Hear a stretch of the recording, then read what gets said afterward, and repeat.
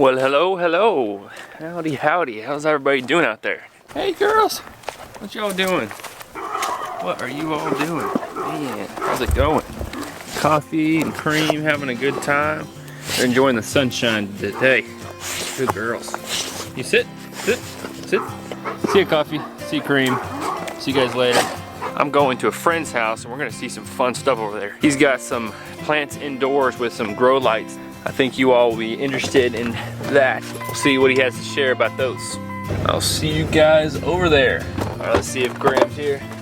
Oh, there he is. Whoa. Hey, Graham. I'm here. Okay, we're here. Mr. Graham. This is Graham, one of the friends growing up. We used to do what? We used to do like these.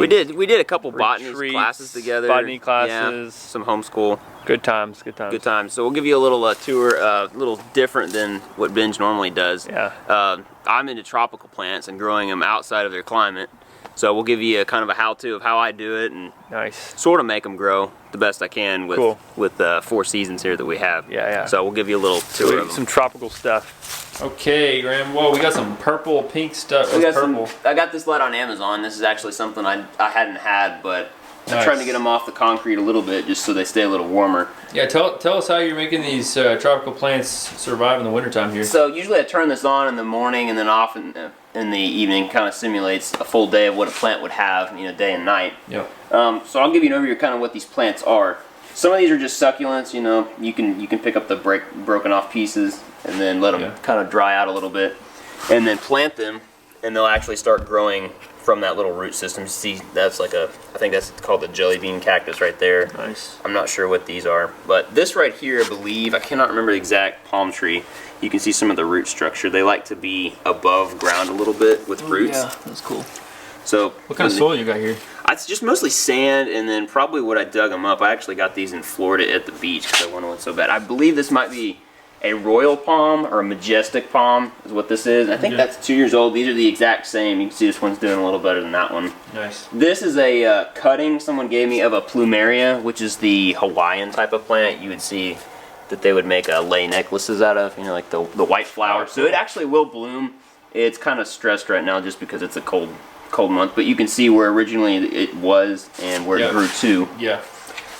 So that's those plants right there. You can see. Will you set that one out in the this one outside whenever it's yes warm? Actually all of these when I moved here in May, I just moved here, all these were on the porch out there in May and they were doing great, so they're just kind of in a dormant phase right now. Yeah, but this one actually will bloom during the spring and kind of pick up, so you can see it's kind of in the dormant phase right now, but this is part of how the plant cycle goes for that plant. These are American Agave Americana, which is the other name is the century plant. And the neat thing about these plants, this is my favorite plant. You can see them in Texas. They'll actually grow in groups, and they'll have like a main plant, and they'll have pups, is what you call them, off to the side once it starts to mature. Yeah. And it will save its energy and send up I guess the flower is what you call it, and shoots up a stalk. It's kind of like Dr. Seuss. And then it will flower. It really is. It's like 40 feet up. It flowers. And then has all these seeds and beautiful flowers, and then it dies, and the whole plant falls over, and it's done. Wow. So you'll have the little side plants is how it keeps going, but it's not a seed type of plant. Gotcha. So that's those. Asexual reproduction. Yep, asexual reproduction. So those are the same right there. This is just your average aloe vera plant that's very overpopulated. Yeah, divide that thing out. I need to divide that one out. You can see it's a little bit, I don't know, you could tell me more, maybe a little bit overwatered, a little bit under sunlight. It's just cold, honestly. It's probably just cold. It'll perk back up in the summertime. I would repot it. Yeah, maybe do that too. It's a little overkill. This one's interesting. This is a very also among every plant is really stressed right now. Is a pineapple, and you can see. I don't know if you can see over there. There's actually this was the actual pineapple cutting that you plant it like a cutting. Oh, nice. And you pull all the leaves off so that most of the leaves are gone, so it focuses on those 2 or 3 primary branches or leaves. Yeah. And it actually it didn't grow out of the middle of that other cutting. It actually sent an entire another from the side. From the side. So the actual pineapple will actually grow right out of the top of this. Yep. And to keep it going, you cut the top off and plant the pineapple right back. So it's kind of an interesting. So it's an interesting system there. Interesting system on that. But do you think it would actually produce here? I think if you Yeah, even in the fact that it's a colder month, that it has colder months here in Tennessee, I think you can get it to do it, but you would really need to have it warm during the winter and kind of keep it in a pretty steady climate, because I feel like this would stress it out to where it doesn't feel ready to flower. And I think I saw a guy on YouTube, this is where I got the idea, his pineapple is only about like 6 inches tall, so it's really not going to be anything special because it's not in its ideal climate, but it's more just for the fact of that I could do it. Experimentation. The experimentation, absolutely. I don't know, I just really got into the tropical plants, I guess, because everything, I do love the plants we have here and what we landscape with, but why not grow something a little different that's not your norm here, because you can't have it, why not try it out, because if it dies, you know, you haven't lost anything. It's kind of fun. It's kind of fun to do that. So I don't know. Light here. This, I don't know, I just got this on Amazon for like 60 bucks, I think, and it's got a bloom setting. So you got this one, which I guess is kind of more just flower or grow. I think that's the bloom one. But it said it was ultraviolet light, like a true full color spectrum, what the plant's like.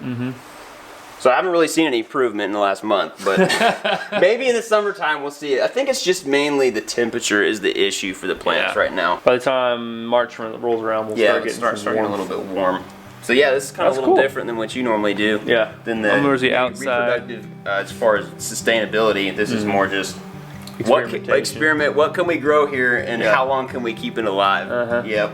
If we ever start like terraforming and growing plants on Mars and stuff, I'll contact you. You could get me to do that. I got a question. Do you think you'll ever get a greenhouse where you can actually get, you know, like a germination type of heat type of deal? See-through greenhouse, that would be pretty cool. Yeah, that's what I'm working towards next, actually. I haven't told the folks that yet, but basically, nobody knows that, but I'm working towards that because I'll need at least a little space to be able to start my whole seedlings. You know, I can do it inside, and I'll do some inside to demonstrate how y'all can do that too. But I want to do it to where, you know, I have a more cost-effective but also very efficient system there where I can start plants outside, even though it's cold. Dude, that's cold. Dude, that's cool.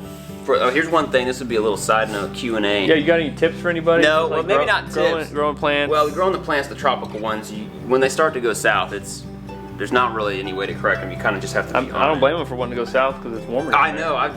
That's warmer down there. Right there. but what I would ask is, what do you favor? Would you rather grow, if you're going to grow a type of plant, would you rather grow it from a seed?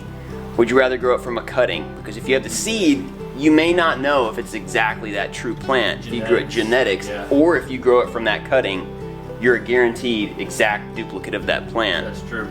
But are you going to be able to have cuttings that many of every plant to be able to plant that many, whatever you're growing? Or do you just go by the seed, because what if it somehow it mutated a little bit? What's your take on that? What would you favor? If it's anything perennial, so like it's going to come back next year, I always like to do that with asexual reproduction. So cuttings, suckers that come up, anything like that. But with like most vegetables are going to be seeds. There's going to be seeds because we grow them as annuals. Even if a lot of times like carrots and beets, they are biennials. So like normally they would grow 1 year, die off, and then that tuber would send the root would send that nutrients to the growth the next spring to be able to grow seeds for the next reproduction cycle. But we grow them as annuals, so we just have to have seeds. So would you almost depends do it on what you're growing. What about like a you can cut garlic's like a root. It's like well, not a root, but a bulb. What if you had a what? Clove. A clove. So let's say you had like a potato. You could slice those up, and they're the tuber. You could grow them individually. So how does that work? Let's say you slice a potato up because it's a root, so you're actually growing an actual potato or like Irish potato. Either or. I don't know. Maybe there's a difference between how they grow, but I guess if you could cut them up and dry them out and put them underground, they're technically a root. Are they going to flower and create a new plant from that, or what would you use in that sense? That's what I'm asking is, when you have a perennial, how do you propagate it? The fact that you have to have it winterized over. Do you put it in the freezer to be able to propagate that without the seed? Gotcha. You want to start perennials like either in the fall to where they have enough time to root and they're dormant that winter, A lot of times, like woody plants, you can do that. You can like stick the sticks in the ground, like like blueberries. You can do that. You can just stick it in the ground, keep it moist, and then as soon as spring comes around, boom, they're ready to go because they have a little bit of root structure. But yeah, anytime you're trying to propagate some perennials, a lot of times I like to do it in the fall so that it has time to. What are you laughing about? I don't know. This guy's funny. You gotta let your funny side out. I'm like Josh. Just start like getting on it. He's like Giggles number 2. Giggles number 2. He really is. Yeah. What should be your nickname? I don't know, but he's excited about green tea, and he's actually in there. I don't know what he's working on. Studying green tea. Drinking green tea, and this guy makes dandelion coffee. Yep. I'm big with my thing. It's peanut butter and jelly sandwiches. Oh, just right. Peanut butter and jelly sandwich coffee? No, I can't do coffee. I've never heard of that. I can do coffee. It's a little too much for my body to handle. The termination of the day when it's time for bed, it's a little rough. Yeah. So I usually cope with a peanut butter and jelly, big old glass of almond milk, right in the sack. We're ready to go. Boom. Boom. Right to bed. Next day, here we come. Here's the question.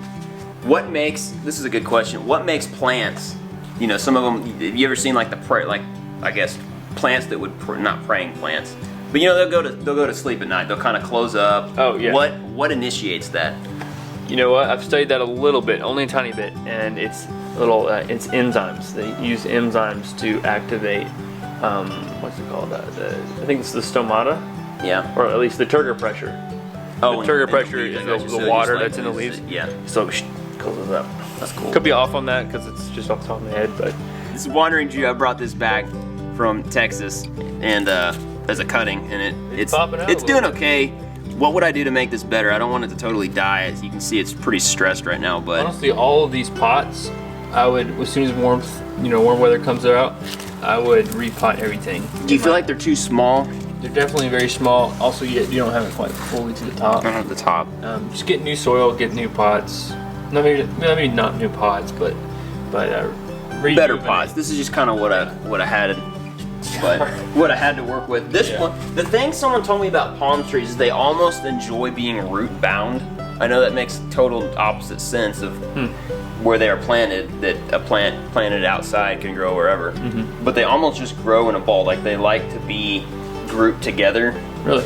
I actually saw, it was over here in Knoxville somewhere, they had these plants, and I think they were probably 4 to 6 years old, maybe 18 inches tall, and they had them packed out with rocks. And I know in one of your videos you talked about how the sand and the soil keeps things warm. Yes. But they had actual rocks on top of this, and I don't know how they had it set up, but these actual palm trees, I think they're a zone 5, and we are what, zone 7A. 7A. All these are probably zone 4 or 5, and we're zone 6 or 7. So we're right above that threshold to where you could do a lot of these plants, chili, but you can't do them as a perennial and leave them out every year. Same thing with figs. Like you can grow figs here, but a lot of times you have to bring them in, or just plant them in a very sunny spot where they're going to be able to handle it. But a lot of times they get frozen back, and you have to regrow from the roots. So there we go with the plants. There we go. Just my little side note: tropical plants. Kapow! As always, Graham's gonna have to get the nickname. We don't have one. We'll have to figure one out.